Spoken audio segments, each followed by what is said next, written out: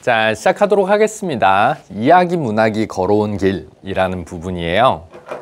너무나 당연하지만 여기서 걸어온 길이라고 얘기했으니까 특정한 하나의 작품을 얘기하고 싶은 거냐, 아니면 어떤 역사적 변천에 대한 얘기를 하고 싶은 건가 라는 것 정도를 생각하시면 되죠. 그러다 보니까 단원 자체가 이제 주몽신화를 하나 보여주고 춘향전을 하나 보여주는데, 어떤 게 시간적으로 선행하는 존재예요? 그쵸?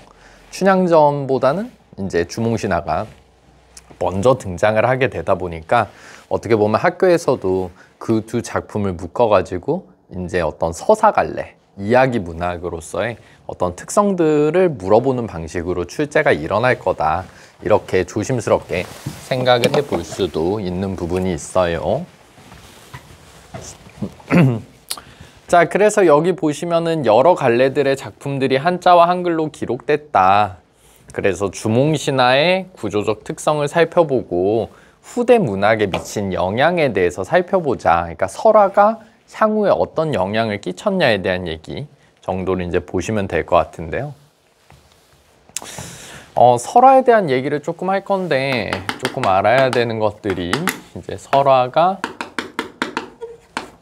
신화가 있고 전설이 있고 민담이 있죠. 조금 차이점을 좀 알고 있으면 좋은데, 신화를 얘기할 때는 이런 생각을 하셔야 돼요. 신적 존재가 등장하다 보니까 이 말을 알아야 돼. 갈등의 심각성이 낮습니다. 그러니까 갈등이 있긴 하거든요. 갈등이 있긴 한데 신적 존재가 나오다 보니까 갈등이 크게 있어요? 갈등이 크게 없어요? 갈등이 크게 없습니다. 뭐 예를 들어서 주몽신화 같은 것도 생각해 보면은 이렇게 뒤에서 적이 쫓아와가지고 목숨이 위협한 상황인데, 나는 이런 사람이야 이렇게 얘기하니까 갑자기 어떻게 돼요? 다리가 만들어지고. 이 갈등 별로 심각하지 않다고. 그래서 신화는 사실 여러 가지 종류들이 있는데, 뭐 여러 가지 종류들이 있죠. 뭐 천지창조 신화도 있고, 천지창조 신화는 이제 세계가 만들어지는 거예요. 아이고, 좀 오해가 없게. 세계의 창조. 그 다음에 건국신화가 있죠. 건국신화 말 그대로 나라 만들어지는 거. 그 다음에 성씨 시조 신화가 있죠. 성씨 시조, 설화라는 표현을 더 많이 쓰는데, 그래서 지금 성씨 시조 설화, 고씨잖아요. 그쵸? 그 정도 생각하시면 되고요. 그다음에 이제 전설 같은 경우에는 좀 아셔야 되는 게 이런 것들, 증거물 전부 다 신빙성과 상관이 있고요. 그 다음에 대체로 비극적 결말입니다. 민담은 증거물 없어요. 그냥 흥미 위주의 이야기예요.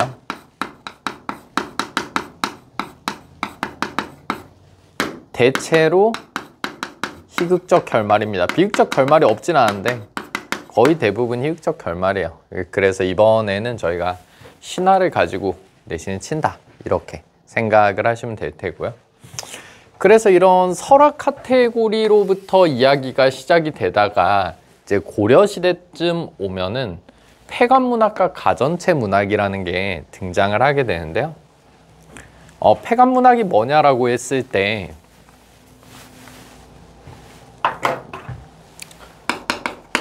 폐관이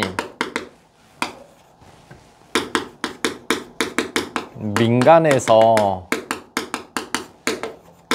떠도는 이야기를 기록해가지고 보고를 하는 직책이에요. 이해되죠?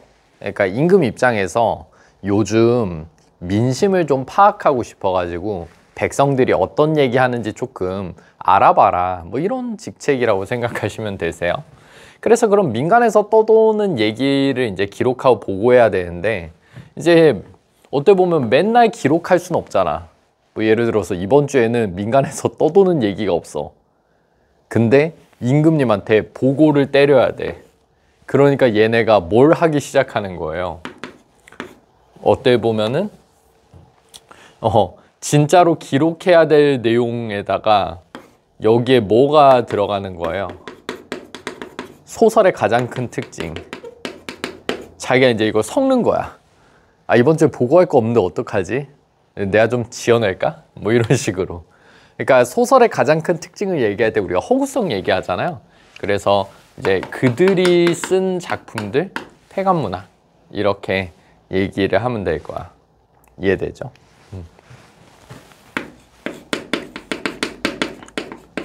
가전체라는 것은 일반적으로 그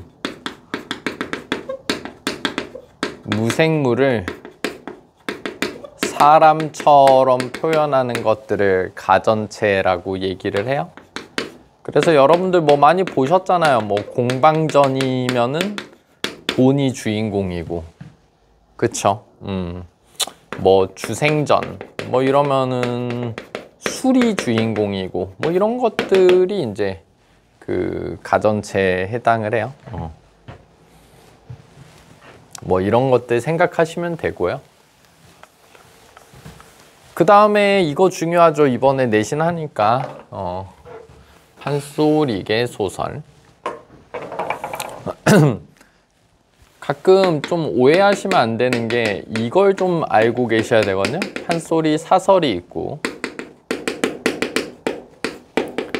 판소리계 소설이 있어요. 그러다 보니까 이제 판소리 사설 같은 경우에는 그 창과 안일이와 발림으로 만들어져요. 이 창이 노래고 안일이가 이야기고, 발림이라는 말은 들어보셨을지 모르겠는데 그 뭐 부채를 이렇게 촥 편다든지 팔을 이렇게 올린다든지 이런 것들이 다 그 발림이라고 하거든요. 근데 이제 판소리 자체가 잘 나가다 보니까 그걸 조선 후기 때 가면은 그걸 가지고 소설을 창작을 해요. 뭐 예를 들어서 이런 것들이죠. 뭐 올해 수능에는 수궁가가 나왔거든요.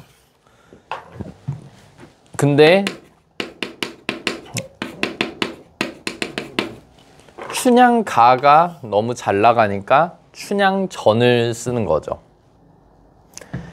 지금 이 판서가 왜 중요하냐라고 얘기를 했을 때, 여기 창은 리듬감이 좀 있을까, 리듬감이 좀 없을까? 당연히 노래다 보니까 리듬감이 되게 강력하다라고 볼 수 있어요.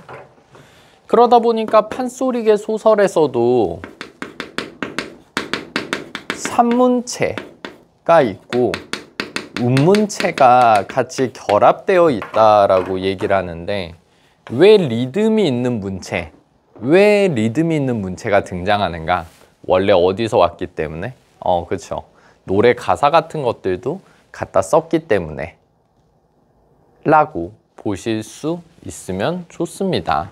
별거 아닌 것 같은데 그 판소리 사설과 판소리계 소설을 묶어가지고 출제하는 경향이 조금 있는 경우들도 있거든요.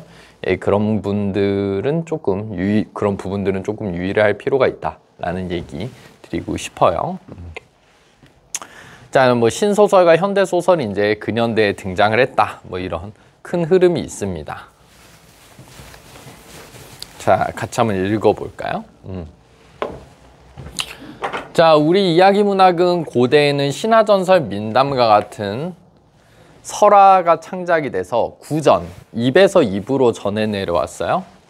그리고 고려시대 때는 폐간문학, 아까 말씀드렸죠. 민간에서 이야기 수집해서 보고를 해야 되는데 보고할 게 좀 모자라? 그럼 이제 좀 허구성이 들어가는 거지. 자, 그 다음에 가전체.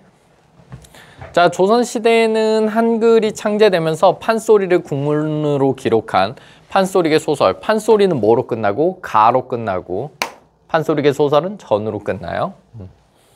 자, 그래서 이런 것들이 있었습니다. 그러다가 근대 초기에 현대소설로 계승이 됐어요. 자, 우리 이야기 문학에서는 소설처럼 서술자가 이야기하는 서사 문학 외에도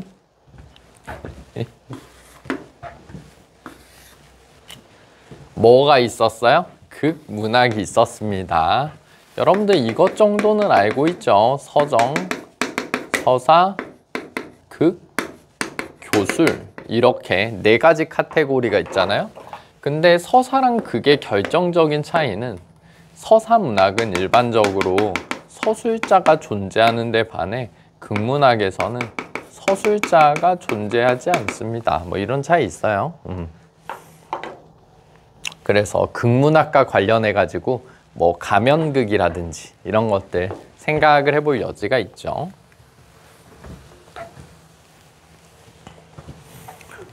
자, 이야기 문학의 특징에 대한 얘기를 해요. 그래서 구전설화에서 비롯했다. 그리고 이제 건국신화가 있었다. 개인적으로는 건국신화에서 조금 유심히 보시면 좋은 게 건국신화의 목적 같은 것들을 생각을 해보시면 좋거든요.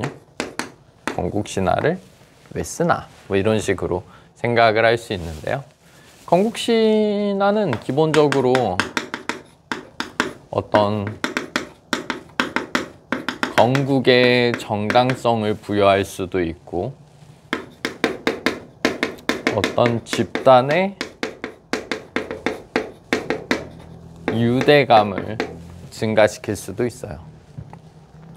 뭐 대표적으로 우리나라의 건국신화 뭐 어떤 것들이 있어요. 뭐 단군신화 같은 거 있잖아요. 단군신화. 그래서 여러분들도 뭐 믿지는 않습니다만 여러분들도 그렇고 저도 그렇고 모두 단군의 자손이다. 뭐 이런 얘기 가끔 하잖아요. 그렇죠? 유전적으로 차이가 큰데 아무튼 단군의 자손이래요. 그러니까 어떻습니까? 집단의 유대감이 좀 증가한다. 이렇게 생각해 볼 수 있어요. 되지. 자, 그래서 주몽신화는 영웅의 일대기 구조를 취하고 있습니다. 영웅의 일대기 구조랑 관련해 가지고 학교에서 얘기를 조금 하셨다고 합니다. 자, 그래서 이런 것들은 계속 나타난다. 뭐 있잖아요. 뭐 고귀한 출생, 뭐 이렇게 뭐 고귀한 신분, 기이한 출생, 뭐 유년의 위기, 뭐 조력자의 등장, 뭐 이런 것들 있잖아. 자, 판소리계 소설은 판소리 사설의 영향을 받았다. 아까 말씀드렸어요. 판소리 사설은 가로 끝나고 판소리계 소설은 블라블라 전, 흥보가, 흥보전, 올해 수능에 나온 수궁가, 별주부 전. 그쵸? 토끼와 거북이 얘기가 별주부 전이에요. 자, 문자로 기록되는 과정에서 작가들의 다양한 의식을 반영한 이본이라는 게 있거든요. 뭐 이본이라는 거는 서로 다른 버전이라는 거예요. 다른 버전들이 존재한다. 뭐 예를 들어서 일반적으로 요즘은 경판본을 많이 보여주는데요. 경판본도 있고 완판본도 있고 뭐 완판본 중에 뭐 다른 게 있고 이런데 경판본이라는 거는 그 경자 서울 경자예요. 완판본이라는 거는 비빔밥의 도시 전라북도 전주. 그러니까 뭐 서울 버전이랑 전주 버전이 미묘하게 좀 다르대. 알겠죠? 그래서 가끔 문제 푸신 분들 중에서 좀 의문을 제기하시는 분들 중에서 그런 것들 의문 제기 많이 하시죠. 어떤 거 얘기를 막 했었어요. 그치. 막 이거 하나의 작가가 쓰는 거 아니냐 이러는데 어떻게 보면 원래 춘향가라는 노래가 있었고 거기에서 모티프를 따가지고 이제 A 작가도 써보고 B 작가도 써보고 그러니까 버전이 좀 다르다고. 그걸 뭐라고 한다? 이본, 다를 이자에 라는 뜻이에요. 자, 삶의 슬픔이나 갈등을 풍자와 해악으로 풀어내는 경향이 있다. 이런 식으로 얘기를 하거든요. 이거 우리나라에서 다른 말로 뭐라고 얘기를 하냐면 좀 써놓고 알아두세요.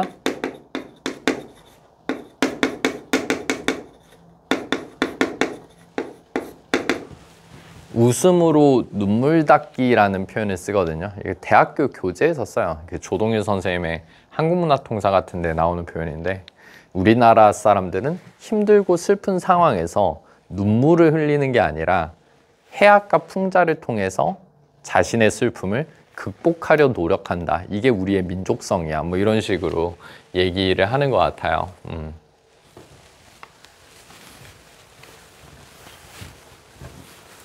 자, 첫 번째 작품 주몽신화 보면서 얘기를 한번 해봅시다.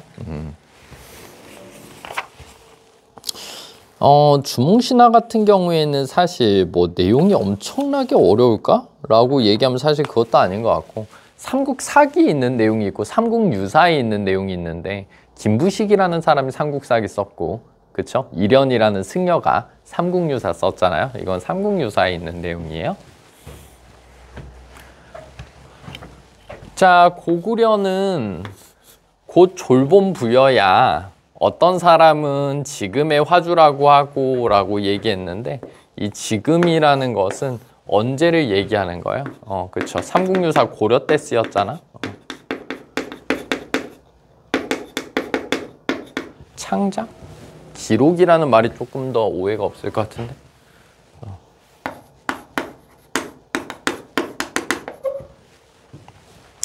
자, 화주라고 하기도 하고 성주라고 하기도 하지만 모두 잘못된 것입니다. 그러면 이 모두 잘못된 것이다 라는 건 작품의 인물 생각이요 아니면은 이련의 의견이에요? 이련의 의견이죠. 졸본주는 요동의 경계에 있는데 국사 고려 본가에서는 본기에서는 이렇게 쓰여 있어요. 시조 동명성제의 성은 고씨다 라고 얘기해서 이 글 같은 경우에는 고씨, 성씨, 시조, 설화의 성격도 갖고 있죠. 이름은 주몽입니다. 이에 앞서 북부여의 왕 해부루가 동부여로 피해가 살았다라고 얘기해서 굳이 따지면 원래 북부여의 왕이 동부여로 피할 수밖에 없는 건 무슨 경우의 수밖에 상상할 수 없어요. 그쵸? 다양한 전쟁이나 어떤 물리적 충돌이 발생했으니까 북부여 왕이 동부여까지 피했다고 생각할 수 있겠죠. 잘했어요. 그러다 보니까 그 당시에는 세력 싸움이 좀 있었다. 부루가 죽자 금화가 자리를 이어받았어요. 그리고 한 여자를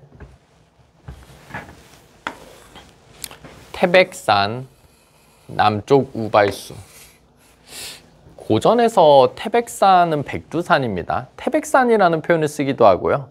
장백산이라는 표현을 쓰기도 해요. 태자가 클 태자고 장자가 길 장자나 클 장자로 많이 보거든요. 그러니까 태백산, 백두산이라는 뜻이에요. 남쪽 우발수에서 만났는데 자신은 하백의 딸 유하다 라고 얘기를 했어요. 그래서 하백의 딸 유하다 이런 식으로 얘기했으니까 하백은 강의 신이거든요. 물의 신이에요. 하백이 이렇게까지 몰라도 되지 싶은데 이 하자가 강물 하자예요. 운하할 때 그 하자거든요. 그래서 하백이 수신, 물의 신입니다. 그래서 동생들과 놀러 났을 때 한 남자가 나타나가지고 자기가 해모수라고 얘기를 했어요. 그래서 천재가 있고 그리고 그의 아들이었던 뭐가 있었어요? 해모수가 있다고 얘기를 했어요. 그럼 천재는 뭐예요? 천신, 하늘의 신이죠. 그러면 해모수는 뭐가 되는 거고? 그쵸? 천신의 아들이 되는 거고, 유화는 뭐가 되는 거예요? 수신의 딸이 되는 거죠. 그래서 압록강가에 있는 집으로 유혹을 했다. 그리고 사통했다 라고 얘기를 했는데, 말이 사통했다지 어떻게 보면 육체적 결합을 했다라는 뜻 정도로 받아들이면 좋아요. 그러다 보니까 결과적으로는 천신의 아들과 수신의 아들의 어떤 결합을 통해서 태어난 자가 누가 되는 거예요? 주몽이 되는 거죠. 그러면 영웅설화 기준으로 집중력 텐션이 줘야 돼요. 우리가 영웅설화의 어떤 서사적 흐름들이 있잖아요. 그러다 보니까 첫 번째로는 어때? 혈통의 고귀함과 관련해 가지고 얘기를 해볼 수 있겠죠. 고귀한 혈통, 영웅의 어떤 일반적인 흐름이죠. 자, 그래서 부모는 제가 중매도 없이 다른 사람을 따라간 것을 꾸짖어서 이곳으로 귀양 보냈습니다. 금화 입장에선 좀 괴이하죠. 이 뭐지? 뭐 이렇게 하면서.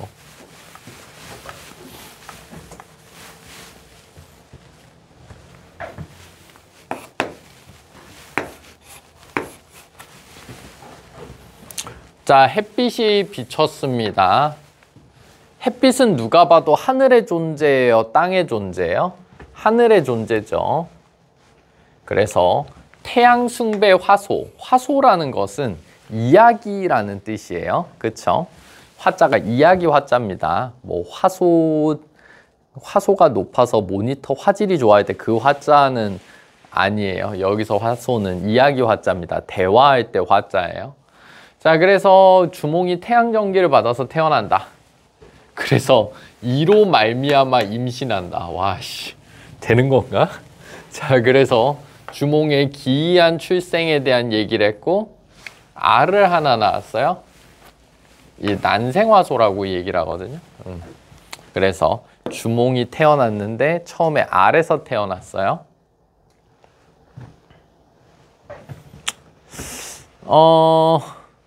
왕이 알을 개와 돼지한테 던져주었다라고 얘기를 했고요. 그리고 길에다 버렸다. 이런 것들 전부 다 뭐에 해당해요?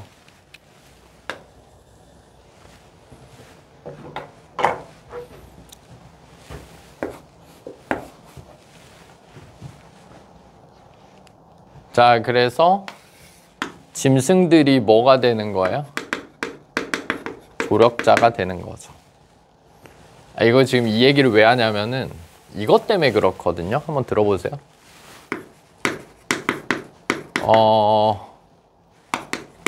영웅담 일대기가 있다라고 했을 때 고귀한 혈통, 신이한 출생, 유년의 위기, 이건 뭐 1차 위기라고 얘기를 하기도 하거든요. 그 다음에 뭐 조력자나 뭐 구출자의 등장, 그쵸? 그리고 조력자, 구출자가 있고, 그 다음에 2차 위기, 그 다음에 그것마저도 뭐 해요? 그것마저도 극복해내는, 뭐 이런 것들이 흔히 얘기를 하는데, 그러면 아까 전에 고귀한 혈통 뭐가 있었어요? 그쵸? 부모가 신적 존재였어요. 신이한 출생, 어떻게 태어났어요? 햇빛을 통해 임신을 하고,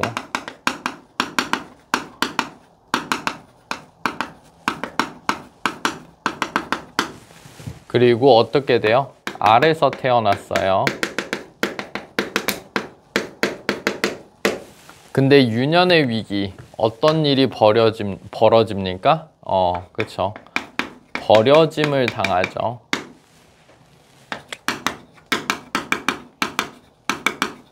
근데 그런 상황에서 누가 도와줬어요? 새 짐승이 덮어주었다. 그냥 굳이 짜맞추면 이렇게 짜맞출 수 있다는 거예요. 자, 그래서 왕은 알을 깨트리려고 했지만 깨지지 않으니까 엄마한테 줬어요. 그래서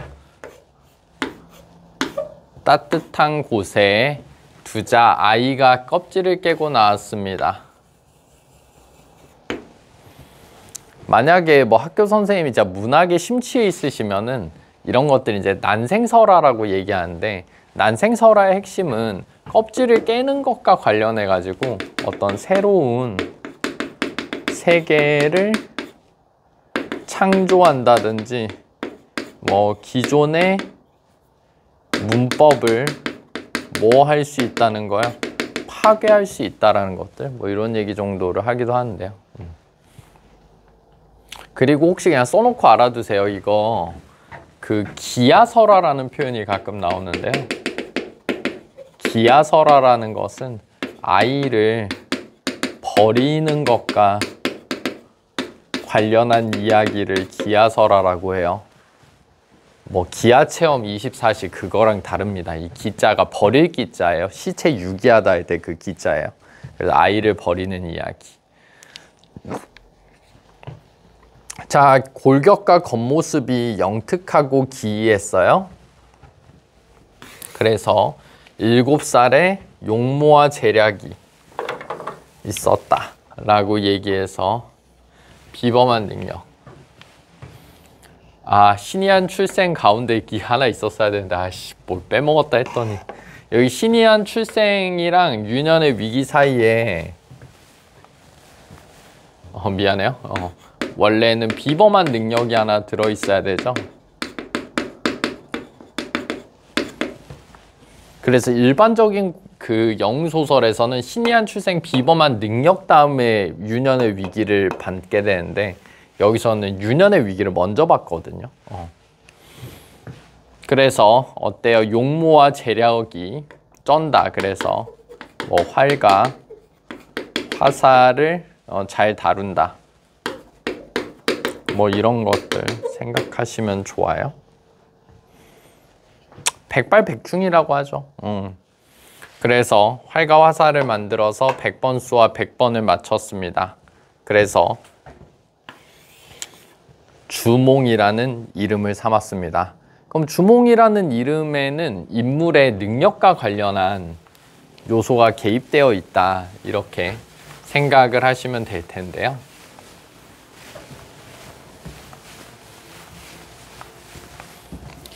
금화에게는 아들이 7이나 있었습니다. 곤란하구만.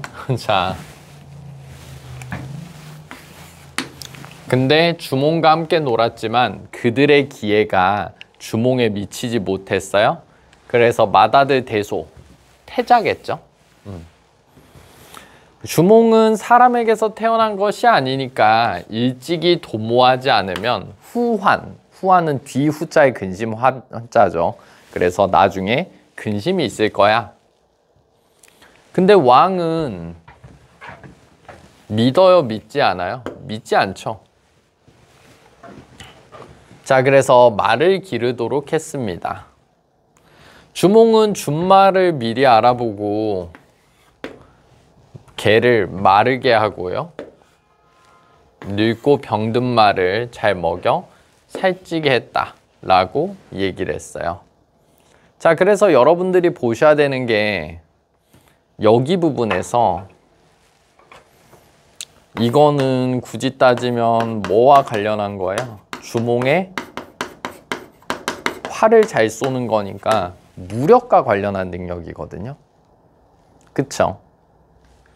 근데 여기 같은 경우에는 주몽의 무력과 관련한 거예요. 어떤 주몽의 어떤 지력과 관련한 부분이에요.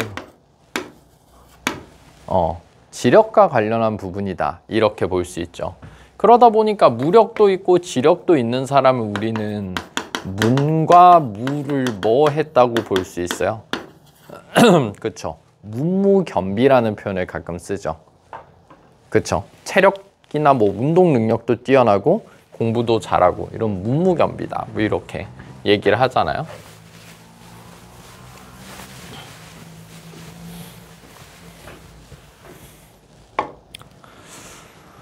자, 그래서 왕의 아들들과 여러 신하들이 함께 주몽을 해치려고 했습니다. 이번엔 여러 신하들이 개입을 해요.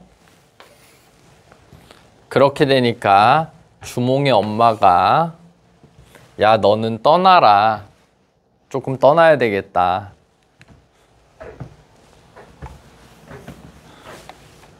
그래서 주몽은 3명의 인물과 함께 엄수에 이르렀습니다. 아까 말씀드렸죠. 신화에서는 갈등이 심각하다고, 신화에서는 갈등의 심각성이 크지 않다고. 그쵸? 신화에서는 갈등의 심각성이 그리 크지 않다. 이런 생각을 자꾸 해보실 필요가 있는데요. 자, 나는 천재의 아들이자 하백의 손자야. 오늘 도망치는데 야, 뒤쫓는 자들이 있어. 라고 얘기하니까 물고기와 자라도 큰 틀에서는 조력자에 해당하죠. 그래서 다리를 만들어줘서 건너게 했습니다. 그리고 다리를 풀었다.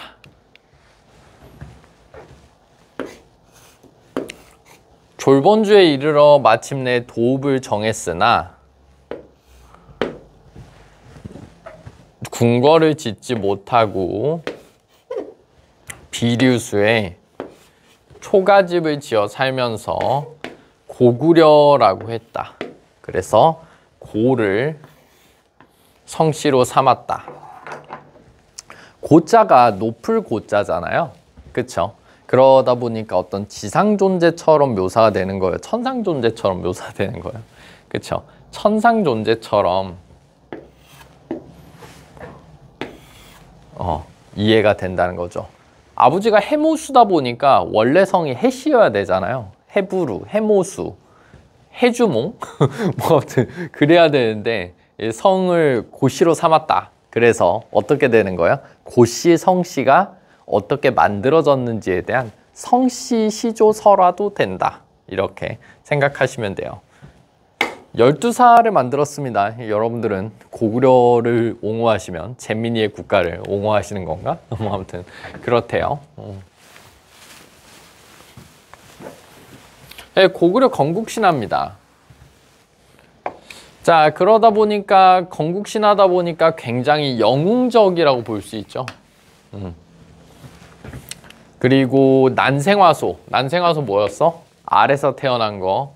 천송강림화소. 천송강림이라는 건 천상 존재가 지상으로 내려오는 것들을 천송강림이라고 얘기를 해요. 그리고 난생설화 중에 유일한 인생설화다. 뭐 이런 식으로 얘기를 하기도 하고요. 그 다음에 영웅의 일대기 구조를 가지고 서사 문학에 영향을 준다. 뭐 이런 것들이 있어요. 주몽의 영웅적 특징과 관련해 가지고는 아마 학교에서 이 얘기를 오랫동안 한 게 그 교사용 교과서에서 이걸 성취 기준처럼 제시를 좀 해놨거든요. 그래서 이 내용을 꼭 좀 읽어보세요. 이게 좀 어렵지 않죠. 아까 다 말씀드렸던 부분이에요. 근데 뭐 비범한 능력 같은 것들을 얘기하는 데 있어서 그 능력을 어떤 무력과 관련한 능력이랑 지력과 관련한 능력 이런 것들을 조금 구분해서 생각하는 것도 나쁘지 않겠다라는 말씀 정도 드립니다. 개인적으로 여기는 같이 한번 읽어보시면 좋은데 자, 건국신화 특징 천신과 수신의 결합처럼 얘기해서 되게 고귀한 혈통처럼 얘기를 하기도 했어요. 그리고 활쏘기와 말타기가 되게 중요한 사회였다. 약간 그 당시에 유목 생활을 조금 했었어요. 뭐 역사 좋아하시는 분들은 아시겠지만 고구려는 약탈을 즐겨 했던 나라라고 하거든요. 그쵸? 고구려는 막 옆에 날아가가지고 맨날 뭐 동해나 옥저 이런 애들 삥 뜯고 이런 애들이었단 말이야. 자, 신적인 존재의 도움으로 엄수를 건넜다. 이런 것들은 이제 농경사회적 특성이라고 얘기를 해요. 물과 관련한 것들. 그래서 유목도 하고 농경도 했다 뭐 이런 식으로 얘기를 하더라고요.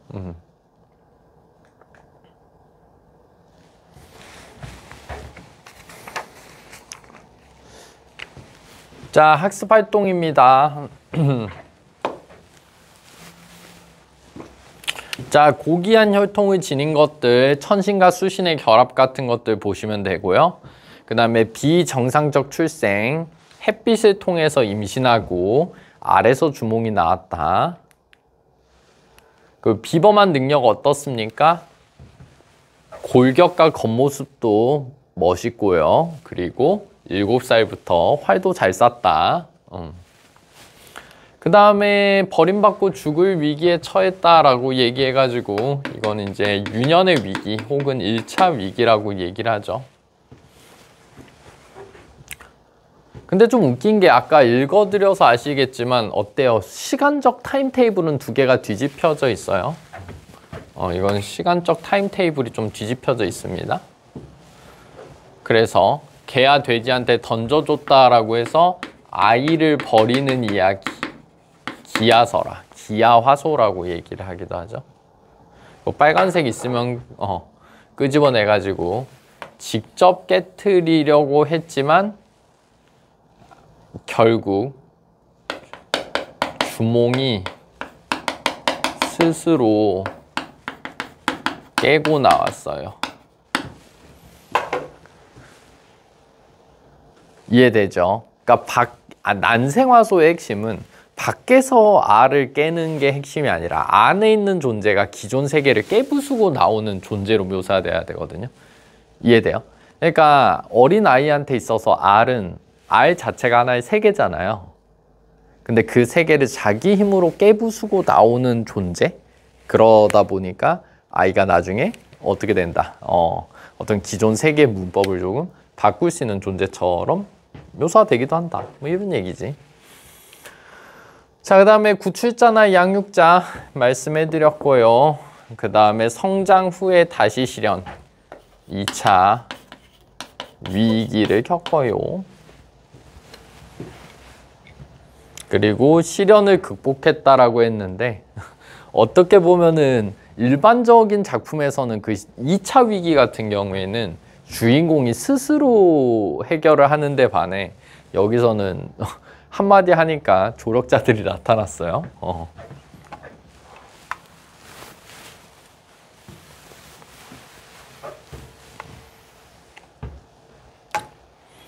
자, 그래서 애가 알 깨고 나왔다라고 얘기를 해서 알은 새로운 세계를 잉태한 존재예요. 그러다 보니까 알을 깬 거는 이거 정도. 그리고 태양처럼 둥근 알, 이런 것들은 약간 억지기는 합니다. 첫 번째는 확실히 좀 알아야 되고 두 번째는 이제 교과서에 있으니까 알아야 되는 정도라고 생각하시면 좋을 것 같아요. 그쵸?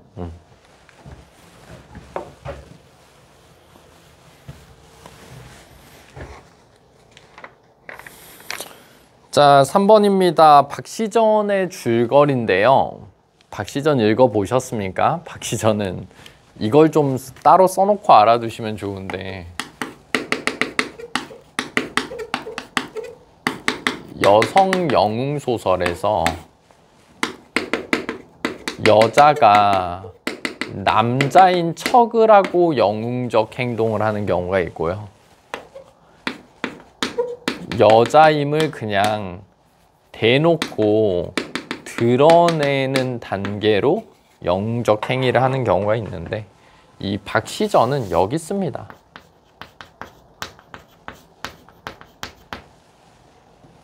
이거 좀 웃긴 얘기인데 알고 있으면 좋아요. 대부분의 여성 영웅 소설은 여자가 남자인 척으로 하는 이야기가 있거든요. 근데 박시전 그런 게 없습니다.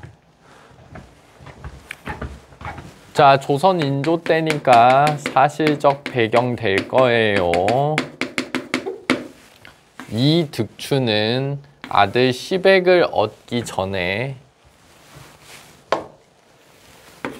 시간성 금강산에 갔다가 박처사의 풍모에 반해서 자녀를 혼인시키기로 약속을 때려버립니다. 그래서 이 시백은 16세 때 박씨와 혼인을 하는데, 혼인날 신부의 얼굴이 박색이라고 얘기하는데요. 박색이라는 건 못생겼다는 뜻이에요.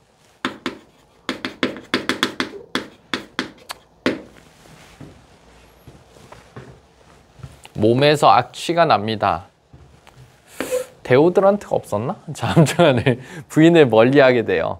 이거는 사실 꼭 20액의 인성 문제가 있습니까? 그것도 아니죠. 처음 본 여자랑 안 그래도 결혼해야 되는데 자기 취향도 아닌데 부인을 멀리하는 게 마치 20액이 나쁜 놈처럼 묘사되고 있어요. 자, 그래서 후원에 초당을 지어가지고 따로 지냅니다. 이 초당의 이름이 피화당이라는 데를 짓거든요.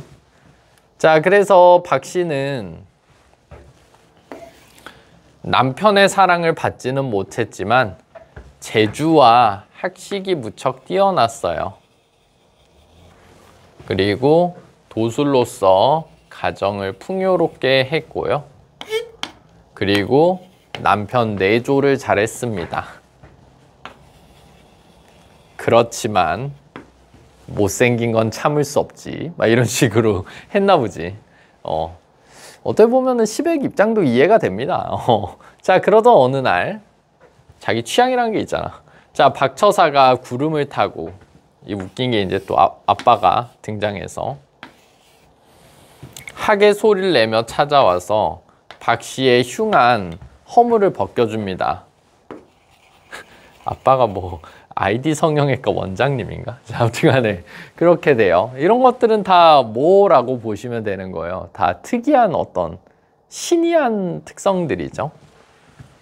그래서 박 씨가 미인이 돼버립니다. 그래서 유일한 단점이 아내의 미모였는데 아내가 미인이 됐어요. 그래서 행복해졌습니다. 아니, 이게 뭐야.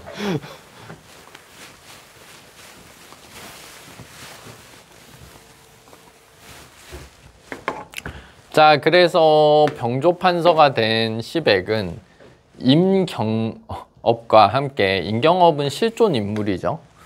청나라 가다를 평정합니다. 그리고 박 씨는 청나라의 왕이 시백과 임경업을 죽이려고 첩자를 보낸 것을 미리 알고 첩자를 쫓아버립니다. 이런 것들은 다 뭐라고 볼 수 있어요? 영웅성이 있다라고 볼 수 있죠.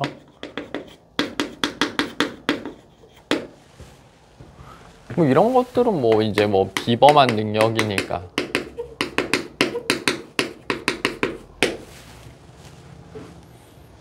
근데 청나라는 더 큰 군대를 보내 조선을 침입하고요. 그리고 용골대 형제를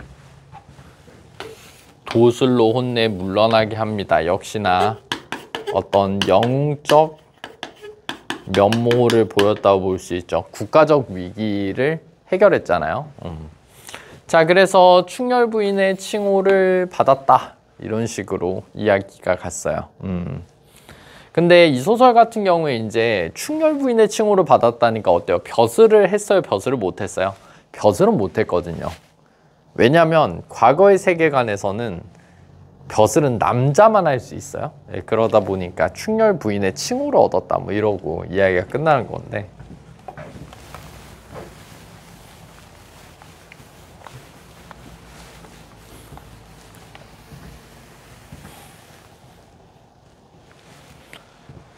자, 주몽과 박 씨의 공통점에 대해서 얘기를 조금 해보세요. 공통점은 당연히 주몽은 천재의 손자이고 박 씨는 천상 존재로 죄를 지어 지상에 내려왔다. 이런 것들을 우리는 뭐라고 얘기하냐면 적각 모티프라고 얘기를 하죠. 하늘과 연관이 되어 있다. 둘 다 비범한 능력을 지녔고 시련도 겪었지만 위기를 극복하는 존재들이었다. 다양한 시련들을 겪었어요. 뭐가 있었습니까? 뭐 결혼을 했는데 못생겼다고 남편한테 외면당하고 뭐 이런 것들 있다가 아버지가 도와주고, 아니면 뭐 나라의 위기가 닥쳤을 때 자기가 그걸 극복하고 뭐 이런 것들. 그러다 보니까 여기 어때요? 박 씨의 차이점. 비범한 능력을 지녔지만 그냥 아내로서 남편을 도왔다고 얘기했으니까 이런 얘기 정도라 할 수 있으면 좋겠죠. 남편의 조력자의 위치 정도라는 거죠. 그러니까 본인이 전면에 나서요. 본인이 전면에 나서지 않아요. 본인이 전면에 나서지 않는다는 거죠. 이런 생각들을 해볼 필요가 있는데요.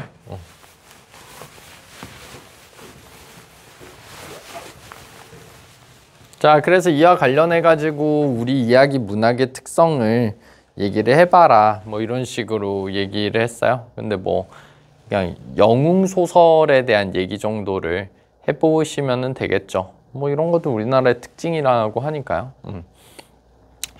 자, 영웅 관련한 얘기들이 대체 왜 대중들한테 사랑을 받는가에 대한 얘기 정도를 하게 되는데요.